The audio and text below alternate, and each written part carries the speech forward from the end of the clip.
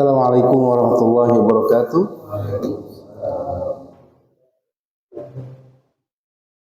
Alhamdulillah, alhamdulillahilladzi bi ni'matihi tatimmus shalihat. Asyhadu an la ilaha illallah wahdahu la syarikalah wa asyhadu anna Muhammadan abduhu wa rasuluhu alladzi la nabiyya ba'da. Allahumma salli wa sallim wa barik ala nabiyyina Muhammadin wa ala alihi wa ashabihi wa man tabi'ahum bi ihsanin ila yaumiddin, amma ba'd. Alhamdulillah, segala puji bagi Allah, kepadanya kita memuji, kepadanya kita meminta pertolongan, dan kepada Allah jualah kita memohon ampun atas setiap dosa dan kesalahan. Semoga salawat senantiasa terlimpah curah kepada baginda Nabi besar Muhammad sallallahu alaihi wasallam, keluarga beserta para sahabatnya, dan mudah-mudahan kita termasuk umatnya yang istiqomah mengikuti sunnahnya sampai akhir zaman. Alhamdulillah, dengan izin Allah pula, atas karunia-Nya kita masih bisa hidup di pagi ini dan menikmati sebagian nikmat tersebut, nikmat hidup tersebut, untuk kita duduk bersimpu, bermunajat, melakukan ketaatan, melaksanakan kewajiban, yang kemudian kita lanjutkan dengan duduk untuk menuntut ilmu yang mudah-mudahan Allah hadirkan di dalam hati kita sakinah. Allah turunkan para malaikatnya, seraya para malaikat itu mencurahkan rahmatnya kepada kita semua. Kita saat ini berada di bulan Dzulqa'dah. Sebagai pengingat saja bahwa sesungguhnya Dzulqa'dah adalah 1 bulan dari 4 bulan yang Allah muliakan. Inna iddatash syuhur indallah 12 syahran fi kitabillah. Sesungguhnya jumlah bilangan bulan di sisi Allah itu ada 12 bulan. Minha arba'atun hurum. Dan di antara 12 bulan itu ada 4 bulan yang Allah mengagungkan. Salah satunya adalah Dzulqa'dah. Lalu kenapa Muharram, Dzulqa'dah, Dzulhijjah, kemudian Rajab agung dan mulia di sisi Allah Subhanahu wa taala? Apa keistimewaannya yang dijelaskan oleh Imam Ibnu Katsir menukil dari pernyataan Qatadah rahimahullah, yakni al-a'malus shalihat fi ashhuril hurum a'zamu ajran indallahi azza wa jalla.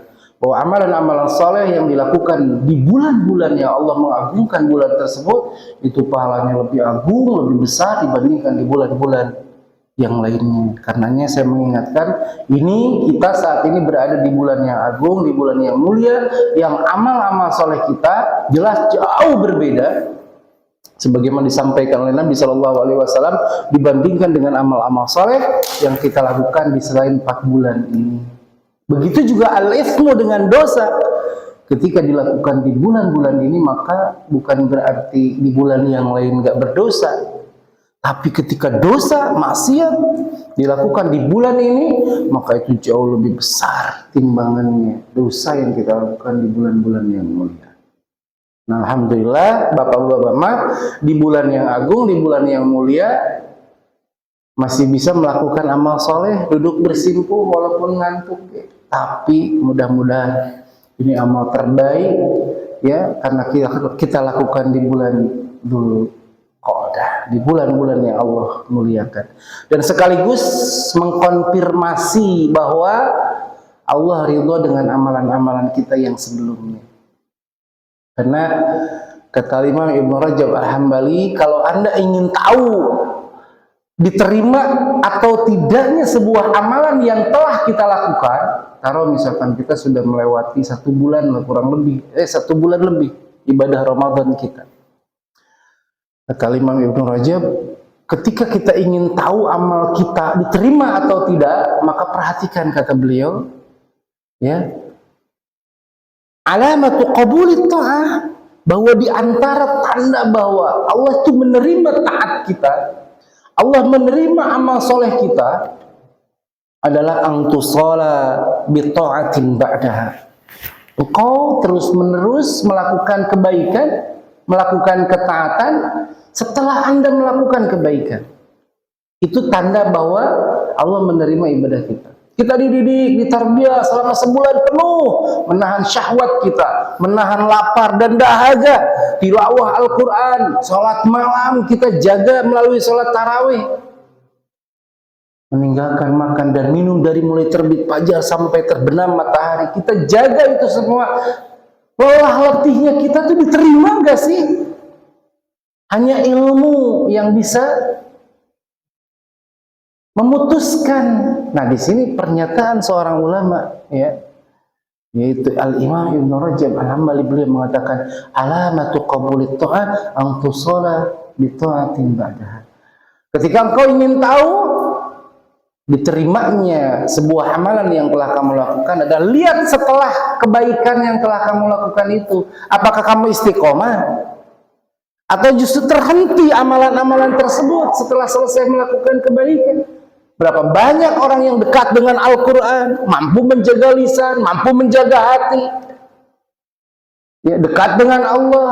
Jangankan sholat wajib, sholat sunnahnya dikejar. Tapi ketika Ramadan berlalu, biasa lagi, penghambaannya tuh, tingkat kesadaran keyakinan kepada Allahnya berkurang lagi, lisannya mulai tidak terjaga, jauh lagi dari Al-Quran. Apakah ini yang disebut dengan hamba Allah? Kata para ulama, bi'sal qaum alladhi ya'rifuna Allah haqqan illa fi Ramadan. Sungguh seburuk-buruk kaum itu adalah mereka yang hanya mengenal Allah, dekat dengan Allah, mampu menjaga lisan, dekat dengan Al-Quran, rajin sedekah hanya di bulan Ramadan saja. Dekat dengan Allah hanya di bulan Ramadan saja. Ini kata Imam Ibn Rajab, justru ini seburuk-buruk hamba. Karenanya sebagian salaf mengatakan kun rabbaniyan wala takun ramadhaniyan. Jadilah hamba-hamba Allah, bukan jadi hamba Ramadan. Jadilah hamba-hamba Allah, bukan jadi hamba Ramadan. Kun rabbaniyan wala takun ramadhaniyan. Itu wa alamatu raddaha, kata beliau rahimahullah, dan di antara tanda bahwa ibadahmu selama sebulan itu gak diterima oleh Allah, lihat syawalnya. Apakah lisannya kembali bermaksiat? Apakah hatinya mulai jauh dari Allah? Itu makanya kata Urwah bin Zubair, seorang ulama tabi'in, ini harus kenalan. Ya, Urwah bin Zubair itu ulama tabi'in, tidak bertemu dengan Nabi SAW, tapi dia bertemu dengan Aisyah. Maka disebutnya ulama tabi'in, murid paling dekat dengan Aisyah radhiyallahu taala anha. Kenapa? Karena di samping gurunya, Aisyah itu adalah sepupu. Karena Urwah ini adalah anaknya Zubair, jadi Urwah bin Zubair. Zubair itu Zubair bin Awam menikah dengan Asma binti Abu Bakar. Asma binti Abu Bakar. Nah, kata Urwah bin Zubair, innal hasanata tadullu ala ukhtiha. Sesungguhnya kebaikan itu memiliki saudara-saudaranya.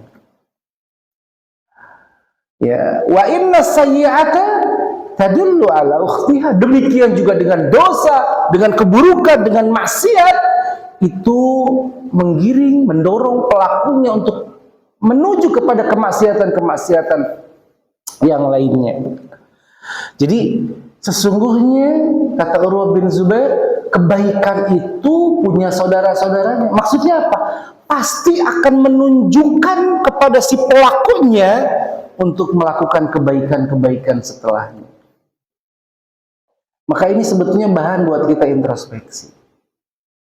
Oh, selama ini entah berapa Ramadan yang sudah kita lalui. Ada nggak Ramadan itu benar-benar membawa perubahan dalam hidup dan kehidupan kita? Atau jangan-jangan seminggu masih kuat dekat dengan Allahnya, 2 minggu mulai pudar, lontong habis, leput habis, opor habis, wah makin jauh, makin terasa Ramadan teman jauh dari diri kita. Padahal ya kasih sayang Allah kepada hambanya, Pak, setelah ibadah agung, ibadah besar selama sebulan, Allah tuh nggak mau hambanya lepas begitu aja. Bulan Syawal, Allah buat syariat melalui nabinya, saum bulan Syawal 6 hari, supaya rasa-rasa kita berada di puncak keimanan seperti bulan Ramadan itu bukan hanya di Ramadan saja. Allah nggak mau lepas ya kita semua agar hati kita itu senantiasa merasa kedekatannya itu seperti kita dekat dengan Allah di bulan Ramadan. Setelah Syawal beres, diingatkan kembali bahwa ini kita masuk waktu bulan-bulan haram, diingatkan kembali. Bahkan puncak daripada bulan-bulan haram ini adalah nanti ketika di bulan Dzulhijjah, yaitu ibadah nahar. Maka persiapkan harta terbaik ya, yang nanti akan menjadi saksi dari setiap helai rambut yang kita korbankan dari binatang, sebagian rizki yang kita gunakan untuk menyembelih hewan kurban. Fasalli li rabbika wanhar, ibadah kurban, qarraba yuqarribu kurbanan. Ibadah kurban itu bukan hanya sebatas menyembelih hewan kurban, tapi ada qarraba yuqarribu, yang diharapkan adalah ada upaya pendekatan, media wasilah untuk kita lebih dekat dengan Allah dan menyembelih sifat-sifat kebinatangan yang ada dalam diri kita, entah itu kikir, disembelih kekikiran tersebut. Sifat-sifat hewan yang ada di dalam diri kita itu disembelih. Ya, kikir, kemudian sombong, rakus, dan sebagainya. Diharapkan seperti itu. Maka mudah-mudahan Allah berikan karunia, rezeki, agar kita bisa berkurban dengan binatang yang terbaik yang bisa kita belanjakan dari sebagian harta yang Allah titipkan. Dan bagi orang yang mampu, maka ini sunnah muakkadah, diharuskan. Ya, siapapun yang mampu untuk berkurban padahal ya ada hartanya tapi dia tidak melakukannya, maka fala taqrabanna musallana, jangan dekati masjid-masjid kami. Allah sengaja setelah Ramadan hadirkan ibadah khusus di bulan Syawal. Berjalan Syawal selesai, Allah pertemukan dengan Dzulqa'dah. Supaya apa? Supaya rasa-rasa hati keimanan kita kepada Allah terus setiap bulan ada, jangan berlalu begitu saja. Ya, makanya inna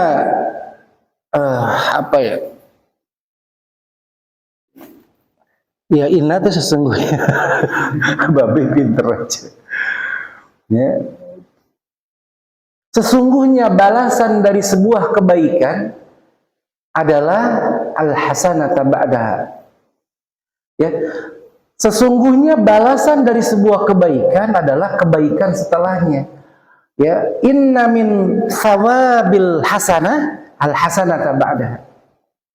Kata beliau rahimahullah, sesungguhnya balasan dari sebuah kebaikan itu adalah engkau melakukan kebaikan setelahnya. Ini sesuai dengan isyarat dalam Al-Quran, al jazaul ihsani illal ihsan. Bukankah tidak ada balasan kebaikan kecuali kebaikan? Jadi sebetulnya Pak, karena mohon maaf banyak orang persepsi balasan Allah itu selalu berupa dunia, berupa harta, pangkat dan jabatan, sehingga mohon maaf ibadah pun yang dituju teh dunia. Dia mindsetnya rizki itu dunia. Jadi kalau ketika ditanya, kamu hebat rajin tahajudnya. Oh, Pak Maskur hebat rajin sholat duhanya. Iya, biar rizki saya lancar. Dia nggak sadar dengan dia dibuat rajin tahajud, dibuat rajin sholat duha, hakikatnya Allah sedang membalas kebaikan-kebaikan dia dari ibadah yang dia lakukan. Jadi diberikannya nikmat orang dalam taat, mudah melakukan ketaatan kepada Allah.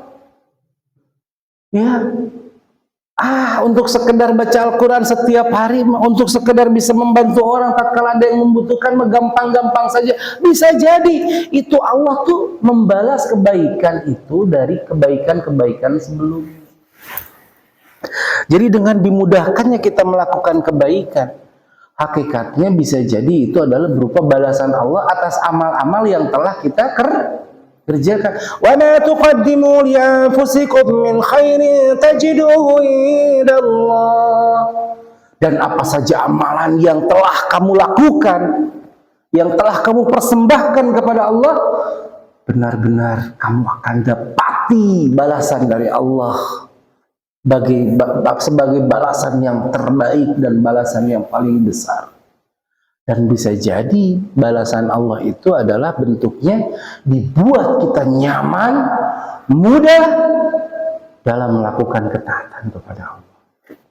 Dan itu juga bisa jadi rizki. Ada orang tuh yang kalau ketika ngumpul tuh ngobrolin orang, dia mah nggak mau. Itu bisa jadi perisai tersebut tuh Allah hadirkan sebagai rizki. Mungkin ada amalan-amalan saleh yang telah dia lakukan. Masya Allah, ya.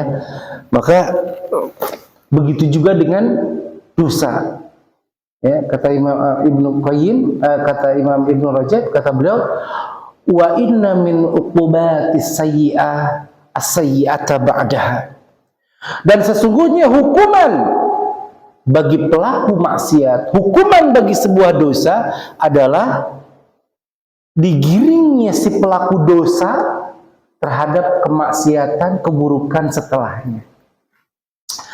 Jadi halo semuanya, balasan dari sebuah kebaikan itu adalah dibuat orang itu mudah melakukan kebaikan-kebaikan setelah kebaikan.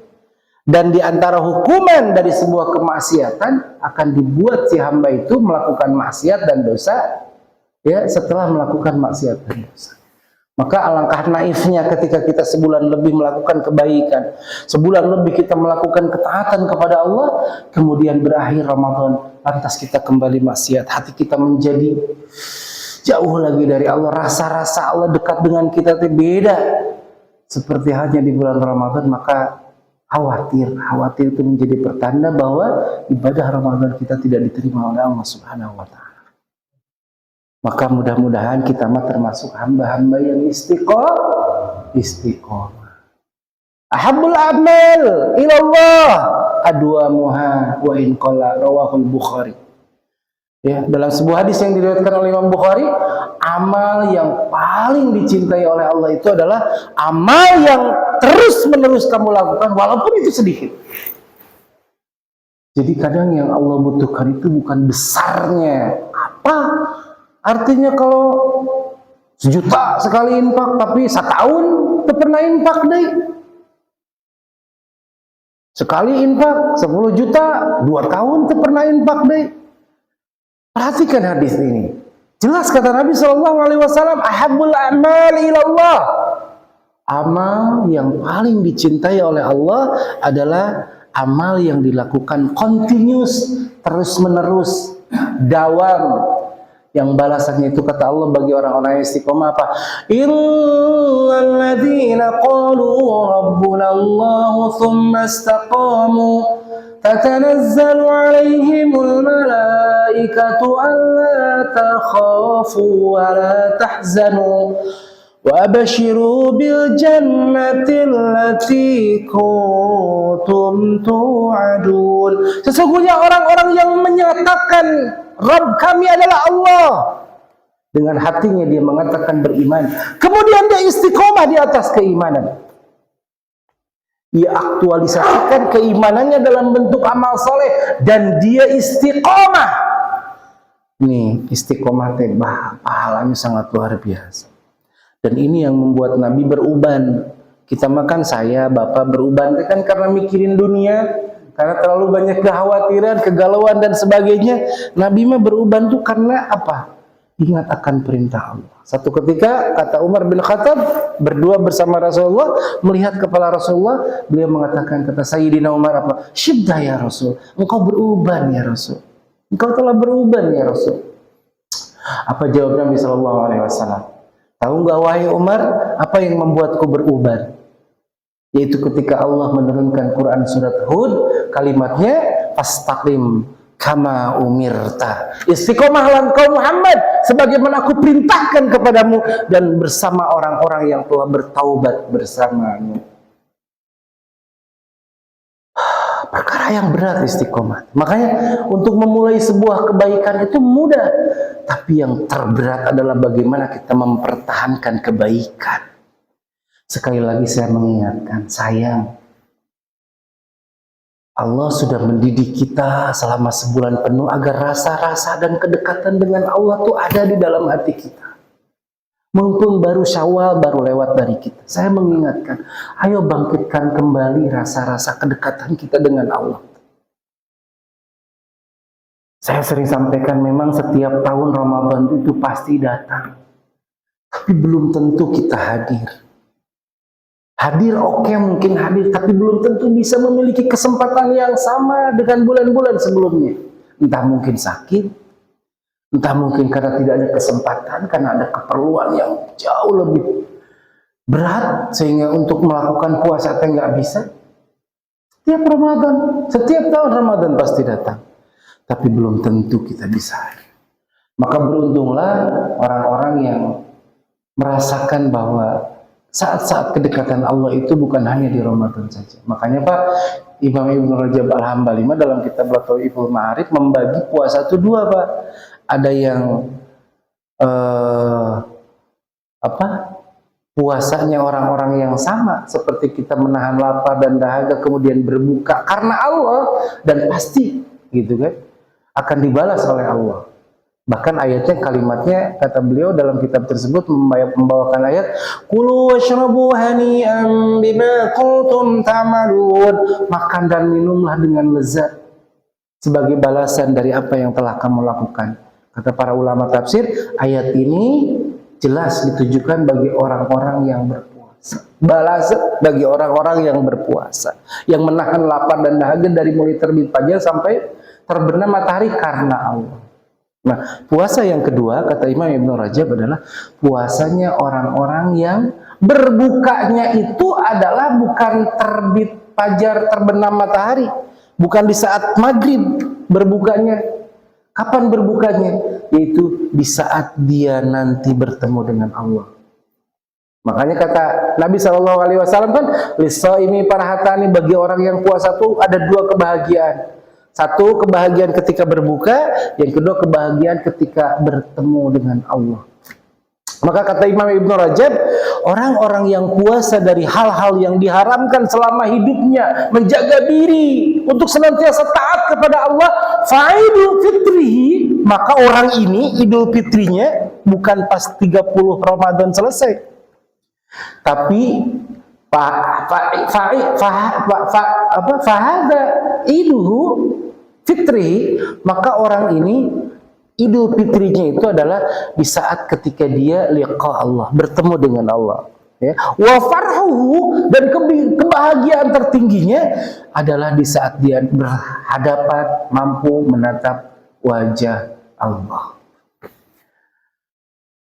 Dan mudah-mudahan kita termasuk, ya, di samping kelompok yang pertama, kita juga termasuk kelompok yang kedua, yang benar-benar sifat-sifat puasa kita jaga dalam hidup kita, sehingga kita benar-benar menjadi hamba yang terbebas sekuat tenaga menghindari kemaksiatan dan berupaya untuk senantiasa sekuat tenaga melakukan pendekatan-pendekatan kepada Allah Subhanahu wa taala dengan apapun nikmat yang ada di hadapan kita.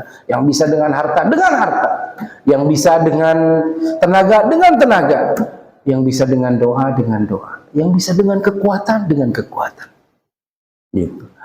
Mudah-mudahan ini menjadi motivasi bagi kita, ya, untuk senantiasa menghadirkan Allah dalam kehidupan kita, bukan hanya di Ramadan saja, tapi di bulan-bulan selain bulan Ramadan, sehingga hati kita terjaga, dan kapanpun Allah mewafatkan kita, itulah sesungguhnya hakikat daripada kebahagiaan hidup kita.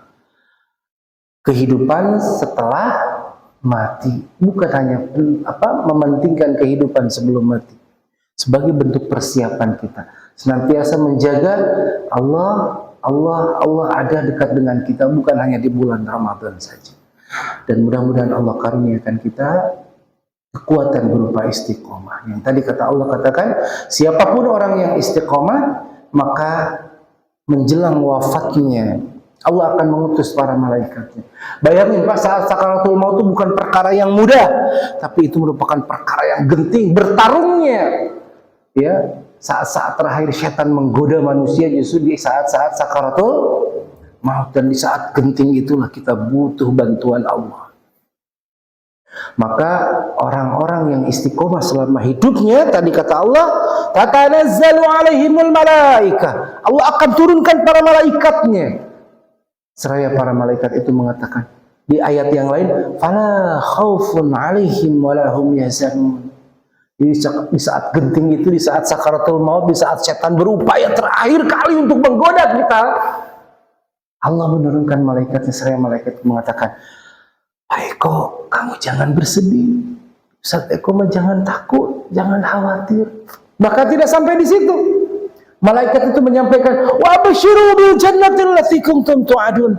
Sampaikan kabar gembira tentang surga yang dulu pernah kami janjikan kepada mereka. Masya Allah, Pak, di saat-saat genting, di saat-saat akan lepas dengan dunia, malaikat mengatakan dengan diri, kamu gak usah takut. Kamu gak usah bersedih. Ini menunjukkan bahwa peristiwa sakaratul maut itu tidak mudah dan sangat-sangat mengerikan. Dan di saat sakaratul maut itulah sebetulnya manusia sudah menyadari itulah detik-detik perpisahannya dengan dunia. Kalla idza balagatit taraqi wa qila man raqa. Tatkala nyawa sudah sampai di kerongkongan, dikatakan siapa yang bisa menangguhkan dari kematian. Wa dhanna annahu al-firaq, dan dia menyadari bahwa itulah saat-saat perpisahannya dia dengan dunia. Menurut ayat ini sebetulnya orang-orang yang sedang sakaratul maut dia sadar bahwa itulah detik-detik perpisahannya dengan dunia. Siapa yang tidak akan melewati saat-saat ini? Semua kita akan melewati saat ini. Maka mudah-mudahan bentuk keyakinan kita bahwa kita tuh percaya bahwa kita akan sakaratul maut, kita akan mati, dibuat kita ringan dalam beramal soleh. Sungguh bohong orang yang ngaku dirinya iman kepada kematian, percaya bahwa dia akan mati, tapi jauh dari ketaatan. Sekali lagi mudah-mudahan Allah jadikan kita hamba yang istiqomah. Sebetulnya pengen sih menjelaskan kiat-kiat istiqomah, tapi sudahlah karena jamaahnya juga ini sisa 80 juta orang gitu kan. Jadi kita akhiri sampai di sini saja. Ya sampai 5:30. Mudah-mudahan sekali lagi jadi motivasi untuk kita senantiasa menghadirkan Allah dalam hidup dan kehidupan kita, sehingga Allah berikan kita taufik, kekuatan untuk istiqomah di atas ketaatan. Alafu minkum la wajadtu fi kalami khata'at astaghfirullahaladzim astaghfirullahaladzim astaghfirullahaladzim subhanaka Allahumma bihamdika asyhadu an la ilaha illa anta astaghfiruka wa atubu ilaik. Assalamualaikum warahmatullahi wabarakatuh.